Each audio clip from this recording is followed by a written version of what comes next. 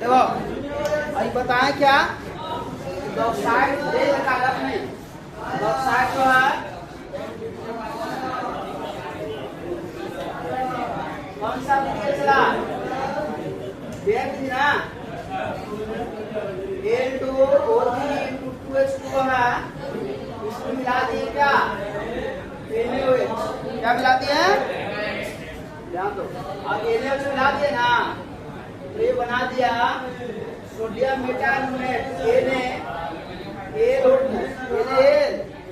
और उसी का नाम है सोडियम मेटाल्यूमिनेट ठीक है इसी का नाम क्या सोडियम मेटाल्यूमिनेट ध्यान देगा ठीक है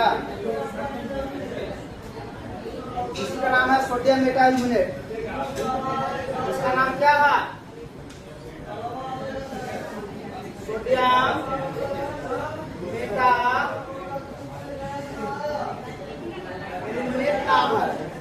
अब देखो यह सोडियम मेटाल्यूमिनेट को क्या करेंगे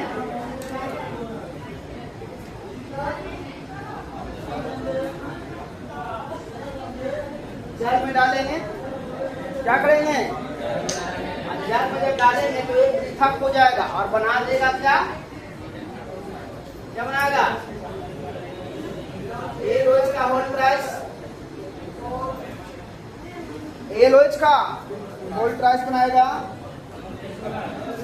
साथ में बनाएगा एनएच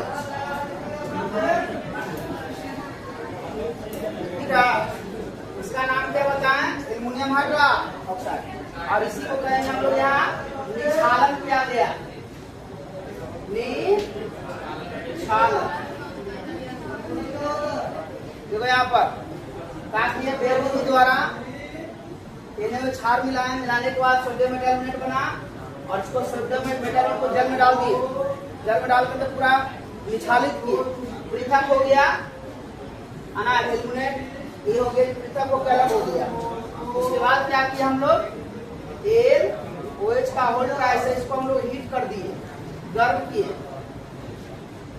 समझ में आया और गर्म करने के पश्चात क्या बना L2O3 प्लस जल बनाया इसी का नाम है एल्युमिना क्या नाम है एल्युमिना कहते हैं।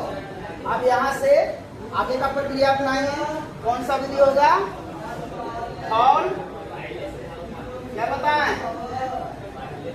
हॉल एराल्ट विधि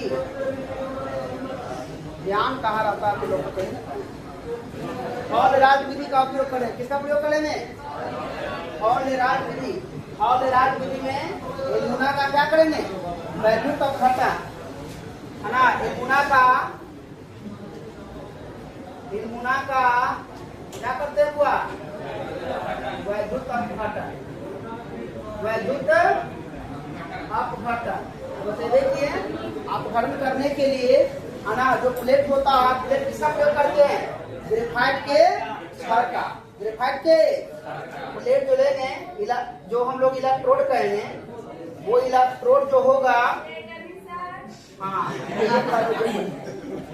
इलेक्ट्रोड जो होगा तो एकदम बुखार भगाना ही पड़ेगा जितना बुखार भगाएंगे उतने सही रहेगा। अब ऐसा करो गड़िया पकड़ती कि पहुंचाता है 1 बजे इतना लेट 2 दिन आदत बना लिया इलेक्ट्रोड और ये इलेक्ट्रोड जो प्रयोग करे किसका होगा ग्रेफाइट के क्षार होगा और इसमें मिलाएंगे क्या कितना बार समझा रहे पढ़े वाला है जैसे ही टाइम पास करे और क्या मिलाएंगे जी इसमें एल्युमिना में क्या मिश्रित करेंगे क्रायोडाइट क्या करेगा द्रव्यमान को कम करेगा वैद्युत चालकता को बढ़ाने से कैथोड पर क्या बनेगा एल्युमिनियम और एनोड पर ऑक्सीजन गैस बनेगा एनोड पर ऑक्सीजन है जल्दी से इतना लिखो वैलिडेशन का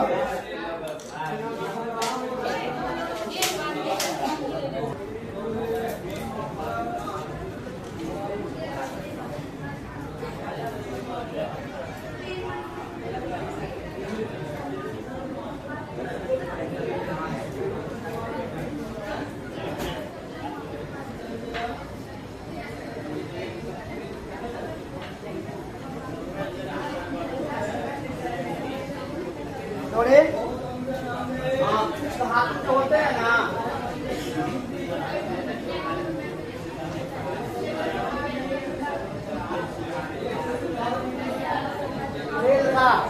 कब नहीं तो कुछ धातु जो होता है वो वाष्प अवस्था में होता है, हाइपर स्टेट में। ठीक है, कुछ धातु का अयस्क जो होता है या कुछ धातु जो होता है वो किस अवस्था में होता है? तो वाष्प अवस्था में धातु होते हैं, उसको शोधन करने के लिए, शोधन मतलब शुद्धिकरण, शोधन करने के कुछ विधियां जो है महत्वपूर्ण है, जो परीक्षा में दे देता है ना। वो धातु कौन कौन होता है ध्यान देना। धातु है निकेल, क्या है निकेल, एक है टाइटेनियम, एक है जिर्कोनियम। यहाँ से ऑब्जेक्टिव में भी आता है तो याद रखना, निकेल और टाइटेनियम और क्या जिर्कोनियम, ये सभी धातु किस अवस्था में रहते हैं? और एक वाष्प अवस्था मतलब वाइपर है, वाइपर स्टेट में है। इस वाइपर स्टेट में जो से अशुद्धियां को अलग करने के लिए, मतलब शोधन करने के लिए करते क्या? तो निकेल के शोधन करने के लिए विधि है, इस विधि को नाम याद रखना है, मॉन प्रकर्म विधि। मॉन प्रकर्म विधि, ठीक है। पूछेगा ऑब्जेक्टिव में क्वेश्चन कि निकेल का शोधन करने के लिए कौन सी विधि का उपयोग करते हैं? मॉन प्रकर्म विधि। अब ध्यान देगा, मॉन प्रकर्म विधि में करते क्या है? तो निकेल जो होता है ना, इसको हम लोग कार्बन मोनोऑक्साइड गैस जो होते हैं, इसके उपस्थिति में इसको हम लोग गर्म करते हैं। क्या करते हैं? गर्म करने से बना देगा क्या? ठीक है, NiCO4। NiCO, इसका नाम क्या है? इसका नाम है निकेल टेट्राकार्बोनिल। इसका नाम याद रखना, इसका नाम क्या है? निकेल टेट्राकार्बोनिल, निकेल टेट्राकार्बो। अभी ध्यान दो, ये निकेल टेट्राकार्बोनिल जो है NiCO4, इसको पुनः गर्म करेंगे। आप देखो, पहला तो वाष्प अवस्था में था, कार्बन मोनोऑक्साइड के साथ गर्म कर दी, तो क्या अगर थोड़ा बहुत अशुद्धियां के साथ रिएक्शन करके बना दिया क्या? निकेल टेट्राकार्बो या एक संकुल बन गया। क्या बन गया? संकुल। अब जब इसको लोग पुनः गर्म करेंगे, पुनः हीट करेंगे, तो थोड़ा बहुत जो अशुद्धियां होगा वो क्या करेगा? पुनः कार्बन मोनोऑक्साइड गैस बनकर निकल जाएगा। ठीक है, अरे जो निकेल प्राप्त हुआ शुद्ध हो जाएगा। क्या हो जाएगा? शुद्ध। ये हो गया उदेगा, है ना।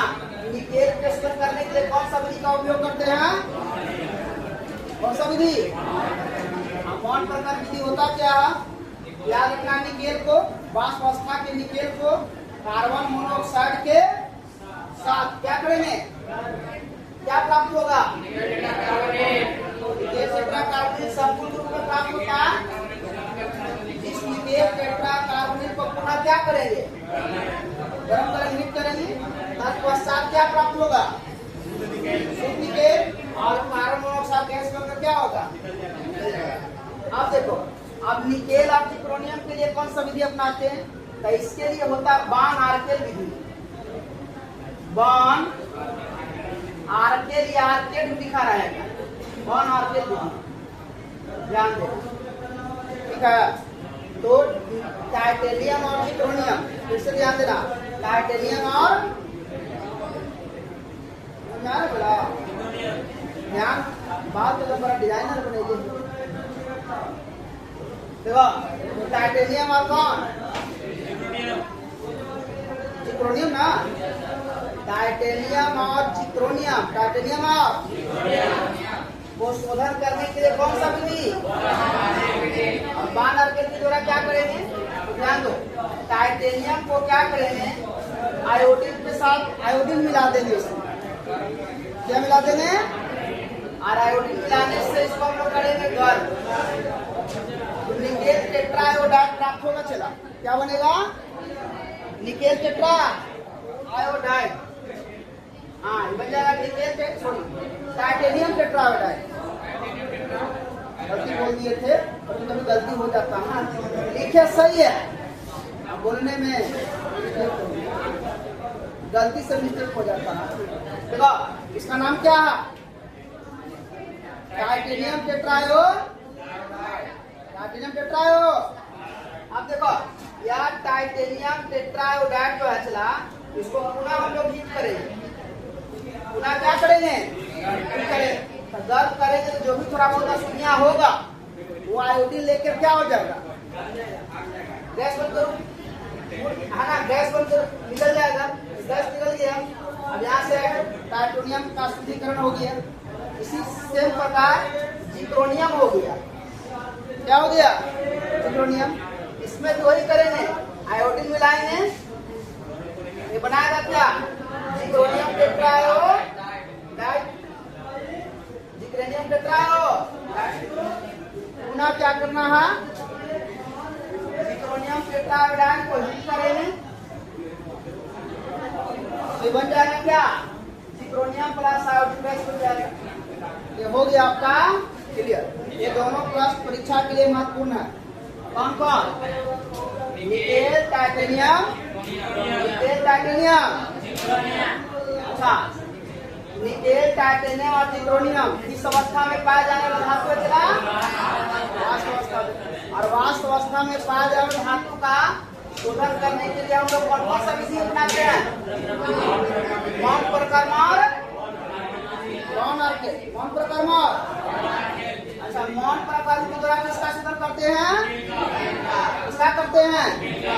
अच्छा, और बाण अर्क के द्वारा किसका करते हैं? टाइटेनियम और। चलो समझ में आ गया। अब यहीं पर सब्जेक्टिव क्वेश्चन की कहानी समाप्त हुई और ऑब्जेक्टिव की शुरुआत होगा। मैंने हम लोग पूरे चैप्टर के सब्जेक्टिव सभी प्रश्नों को कर लिए, अब ऑब्जेक्टिव करेंगे। हो गया क्लियर? चलो जल्दी से लिखो। चलो चला देख लो, यहाँ ध्यान। चलो क्वेश्चन लिखो। अरे